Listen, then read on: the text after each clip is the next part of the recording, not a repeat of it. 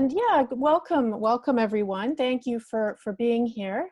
I'm going to be talking about workplace conflict during COVID-19 and workplace conflict in general, because some things have changed and some things really haven't changed in terms of responding to conflict. Possible sources of conflict now with COVID-19. Perceptions of unfairness around remote work, uh, resentment sometimes over who must return to the office versus who stays at home, because in many businesses, some people are going to have to come in for some of the time anyway. Feelings that the burdens of work might not be shared equally. Maybe some people are not pulling their weight. It might seem that way. And of course, there's the additional stress over health, family finances, and all of this means that people may not be at their very best. Okay, so as with anything, there are some positives to conflict, workplace conflict that are happening during COVID-19. For one, and I'm seeing this a lot, people who had been in conflict, they no longer have to interact in person on a daily basis. So there's been less bullying and harassment. Not that it's not zero, unfortunately, but definitely less, just because people don't have the access. The challenges that come with it, though, it's harder to communicate effectively when you're only communicating via the phone or on Zoom. It's harder to gauge feelings. It's harder to notice when things are going wrong. And it's more difficult to offer support. And here's the big thing that I think is going to be a really major thing. Having worked from home, people may not be willing to return to a dysfunctional workplace, and they may be demanding change. So it's going to be on employers, leaders, managers to make those changes and to ensure that going forward, the workplace is a flourishing workplace. Okay, so what can leaders do? Well, first, they need to understand how conflict escalates so they can respond effectively. Well, what is conflict? We could talk a long time about that, but the kind of short formula I like, that I find effective, is conflict is disagreement or competition plus mutual hostility. I'm sure we've all had disagreements with people.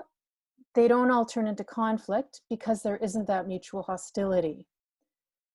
There may be people out there we don't like, but we never see them, we never have to interact with them, so there's no conflict. It's when you have the disagreement or the competition plus the mutual hostility that you get conflict. Well, you might be asking now, well, where does that hostility come from? What I've seen, the hostility, it usually comes from disrespect. One person disrespects another, or the feeling of disrespect. Feeling disrespected is enough to give rise to those feelings of hostility. Okay, so how does conflict escalate? How does it get worse? The one word is reciprocity. We tend to treat others as they treat us, both returning good for good and returning, bad treatment for bad treatment. And I really believe that this norm, this cultural norm of reciprocity, I believe it goes very deeply.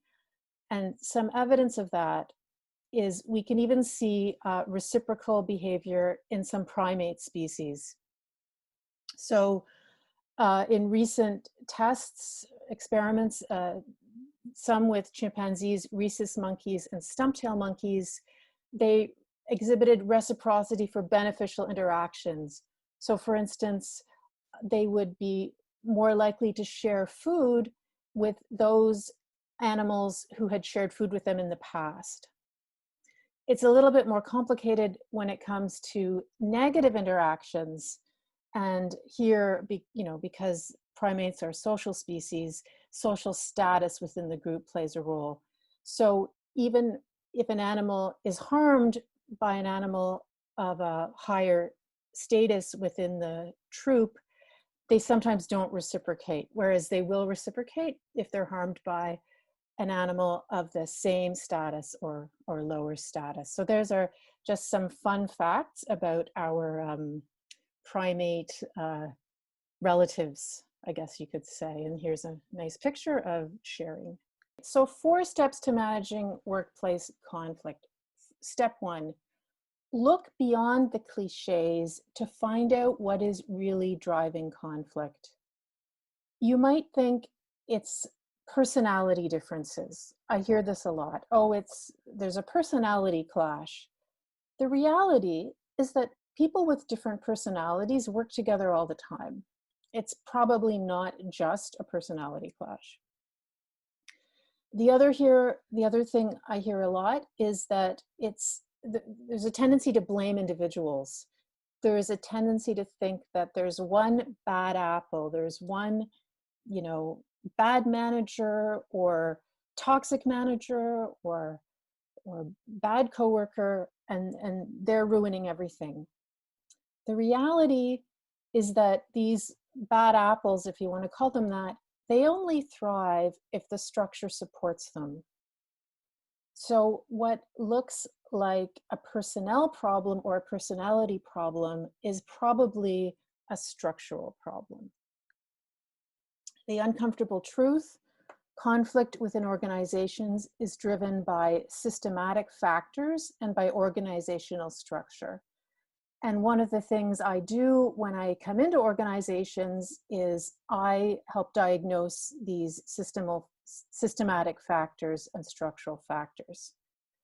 An even more uncomfortable truth: when you're an insider, when you're part of the structure, no matter how smart or perceptive you are, no matter how well you think you know your employees and you know the players, if you're part of the structure, it's very difficult to recognize a structural problem.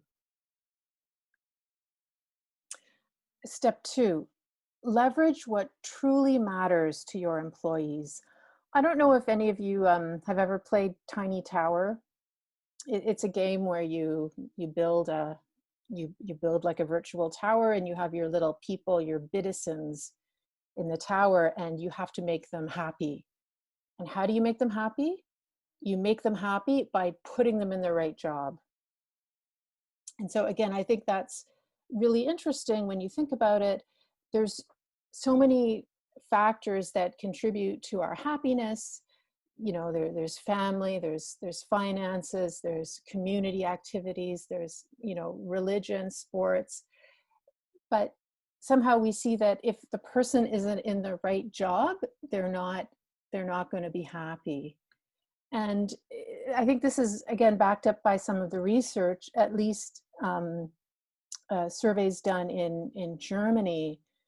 The most important factor in job satisfaction was relations with colleagues and supervisors.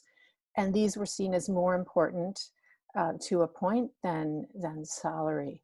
And I've seen this many times. If a person is miserable at work, it doesn't matter how much money they make, they will eventually leave.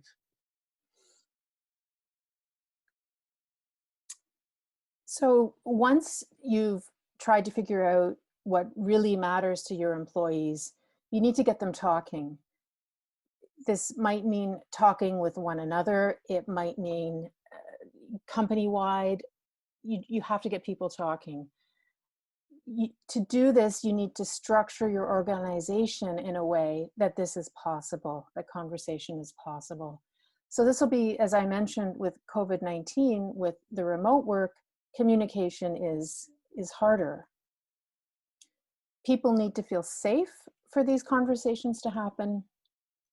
And once the conversations have started, they need to be nurtured and managed.